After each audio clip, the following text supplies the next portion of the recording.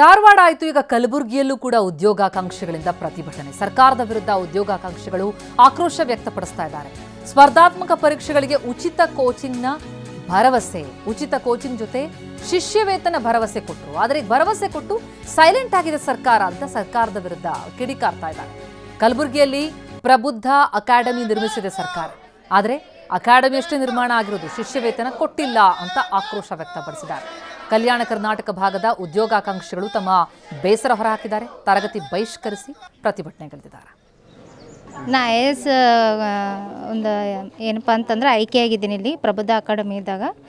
ನಮಗೇನಪ್ಪ ಅಂತಂದ್ರೆ free coaching allowance ಮಾಡಿದ್ರಿ ಕಲ್ಯಾಣ ಕರ್ನಾಟಕದವ್ರಿಗೆ ಭಾಗದವ್ರಿಗೆ ಅಂತೇ ಮಾಡಿದ್ರು. ನಾವು ಎಕ್ಸಾಮ್ ಅದು ಕೊಟ್ಟು ಸೆಲೆಕ್ಷನ್ ಆಗಿದ್ದೀವಿ. ಇಲ್ಲಿಗೆ ಸೆಲೆಕ್ಷನ್ ಆದ ಬಳಿಕ ನಮಗೆ ಡಾಕ್ಯುಮೆಂಟ್ಸ್ ವೆರಿಫಿಕೇಷನ್ಗೆ ಕರೆದಿರಿ. ಬಂದು ನಾವು ಆ ಡಾಕ್ಯುಮೆಂಟ್ಸ್ ವೆರಿಫಿಕೇಷನ್ ಮಾಡಿಕೊಂಡು ಹೋದೇವಿ. ಆಮೇಲೆ ನಮಗೆ ಒಂದು ವಾರ ಅದು ಕ್ಲಾಸ್ ಸ್ಟಾರ್ಟ್ ಆಗವ ಬರ್ರಿ ಅಂತಂದ್ರೆ ನಾವು ಬಂದಿದ್ದೇವೆ ರೀ. ಇಲ್ಲಿ ಬಂದಾಗ ಗೊತ್ತಾಯ್ತು ನಮಗೆ ಇಲ್ಲಿ ಏನಪ್ಪ ಅಂದ್ರೆ ನಮಗೆ ಫೆಸಿಲಿಟಿ ಅನ್ನೋದು ಅಷ್ಟೊಂದು ಇಲ್ಲ ರೀ. ಇಲ್ಲಿ ಏನಂದ್ರೆ ರಾಮ ಮಂದಿರನಿಂದ ಈ ಕಡೆ ಬರೋಕಂದ್ರೆ 4 ಕಿಲೋಮೀಟ್ರ್ ದೂರ ಅದ ರೀ. ಹಾಗೆ ಬಸ್ನ ಏನಪ್ಪ ಅಂದ್ರೆ ಮುಂಜಾನೆ 9:30 ಗಂಟೆಗೆ ಒಂದು ಅದ ರೀ. ಅದು ಬಂದು ಬಿಟ್ಟು ಹೋಯ್ತಂತಂದ್ರೆ ಸಾಯಂಕಾಲ ಮತ್ತು 5 ಗಂಟೆಗೆ ಬರ್ತದೆ. ನಮಗೆ ಏನಂತಂದ್ರೆ ಮತ್ತು ಬಸ್ ಮಿಸ್ ಆಯಿತು, ನಾವು ಸ್ವಲ್ಪ ಲೇಟ್ ಮಾಡಿ ಬಂದೇವಿ ಅಲ್ಲ ಅಂತಂದ್ರೆ ಅವಾಗ ನಾವು ಬಸ್ಸೇ ಇರಲ್ಲ ರೀ. ಈ ಕಡೆ ಬಂದು ನಾವು ಬರ್ಬೇಕಂದ್ರೆ ಆಟೋನೂ ಫೆಸಿಲಿಟಿ ಇಲ್ಲ ರೀ.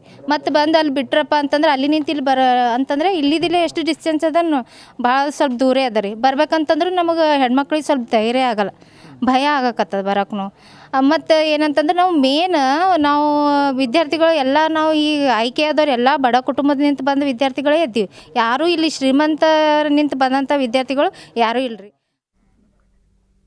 ಈ ಬಗ್ಗೆ ದತ್ತಾತ್ರೇಯ ಪಾಟೀಲ್ ನಮ್ಮ ರಿಪೋರ್ಟರ್ ಇನ್ನಷ್ಟು ಮಾಹಿತಿ ಕೊಡ್ತಾ ಹೋಗ್ತಾರೆ. ದೂರವಾಣಿ ಸಂಪರ್ಕದಲ್ಲಿದ್ದಾರೆ. ದತ್ತಾತ್ರೇಯ, ಉದ್ಯೋಗಾಕಾಂಕ್ಷಿಗಳ ಪ್ರತಿಭಟನೆ ಒಂದೊಂದು ಭಾಗದಲ್ಲಿ ಒಂದೊಂದು ರೀತಿಯಲ್ಲಿ ವ್ಯಕ್ತ ಆಗ್ತಾ ಇರೋದು ನೋಡ್ತಾ ಇದ್ದೀವಿ. ಈಗ ಕಲಬುರಗಿಯ ಈ ವಿದ್ಯಾರ್ಥಿಗಳ ಕತೆ ಏನು? ಉಚಿತ ಕೋಚಿಂಗ್ ಭರವಸೆ ಸಿಕ್ಕಿದ್ದು ಈಗ ಶಿಷ್ಯವೇತನ ಸಿಗ್ತಾ ಇಲ್ವಾ? ಏನಾಗ್ತಾ ಇದೆ ಅಲ್ಲಿ?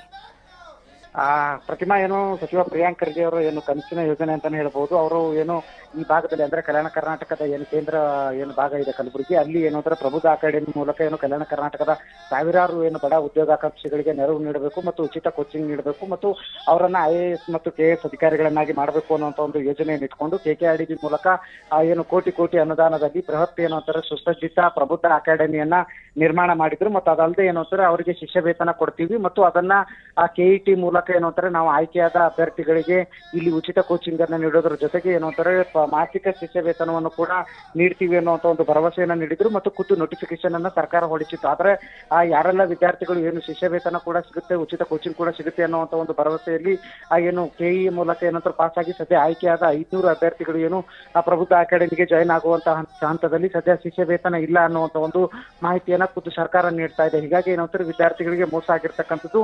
ಹೀಗಾಗಿ ಕಳೆದ 4-5 ದಿನಗಳಿಂದ ಅಭ್ಯರ್ಥಿಗಳು ಆ ತರಗತಿಗಳನ್ನ ಬಹಿಷ್ಕರಿಸಿ ಪ್ರತಿಭಟನೆ ಮಾಡ್ತಾ ಇದ್ದಾರೆ. ಯಾಕಂತಂದ್ರೆ ಸರ್ಕಾರ ನಮಗೆ ಮೋಸ ಮಾಡಿದೆ, ಶಿಷ್ಯ ವೇತನ ನೀಡ್ತೀವಿ ಮತ್ತು ಇಲ್ಲಿ ಉಚಿತ ತರಬೇತಿ ನೀಡ್ತೀವಿ ಅಂತ ಹೇಳಿತ್ತು. ಆದ್ರೆ ವಸತಿ ಸೌಲಭ್ಯ ಕೂಡ ಇಲ್ಲ, ಕನಿಷ್ಠ ಏನೋತರ ಮೂಲಭೂತ ಸೌಕರ್ಯಗಳು ಕೂಡ ಈ ಪ್ರಬುದ್ಧ ಅಕಾಡೆಮಿಲಿ ಇಲ್ಲ ಅನ್ನುವಂಥ ಒಂದು ಆರೋಪವನ್ನು ಮಾಡ್ತಾ ಇರ್ತಕ್ಕಂಥದ್ದು. ಮತ್ತು ಏನು ನೋಟಿಫಿಕೇಶನ್ ಅಲ್ಲಿ ಏನ್ ಹೇಳಿತ್ತು ಶಿಷ್ಯ ವೇತನ ಕೊಡ್ತೀವಿ ಅಂತ ಹೇಳಿತ್ತು, ಅದು ಕೊಟ್ಟಿಲ್ಲ ಅನ್ನುವಂಥ ಒಂದು ಗಂಭೀರ ಆರೋಪವನ್ನು ಸದ್ಯ ಉದ್ಯೋಗಾಂಶಗಳು ಮಾಡ್ತಾ ಇರ್ತಕ್ಕಂಥದ್ದು. ಯಾಕಂತಂದ್ರೆ ನಾವು ದೂರದ ಬಳ್ಳಾರಿ, ಕೊಪ್ಪಳ ಮತ್ತು ರಾಯಚೂರು ಕಡೆಯಿಂದ ಬಂದಿದ್ದೀವಿ ಮತ್ತು ಇಲ್ಲಿ ನಮಗೆ ಖರ್ಚು ವೆಚ್ಚಕ್ಕೆ ಸಾಕಷ್ಟು ದುಡ್ಡು ಖರ್ಚಾಗ್ತಾ ಇದೆ. ಹೀಗಾಗಿ ಆ ಶಿಷ್ಯ ವೇತನ ನೀಡಿದ್ರೆ ನಮ್ಗೆ ಅನುಕೂಲ ಆಗ್ತಿತ್ತು ಮತ್ತು ಅದರಿಂದ ನಾವು ಏನಂತಾರೆ ಕೋಚಿಂಗ್ ಅನ್ನ ಪಡಿತೀವಿ ಅನ್ನೋ ಒಂದು ಸದ್ಯ ಏನು ಸರ್ಕಾರಕ್ಕೆ ಮನವಿಯನ್ನು ಮಾಡ್ಕೊಳ್ತಾ ಇರ್ತಕ್ಕಂಥದ್ದು. ಪ್ರತಿಮಾ, ಥ್ಯಾಂಕ್ ಯು ದತ್ತಾತ್ರೇಯ.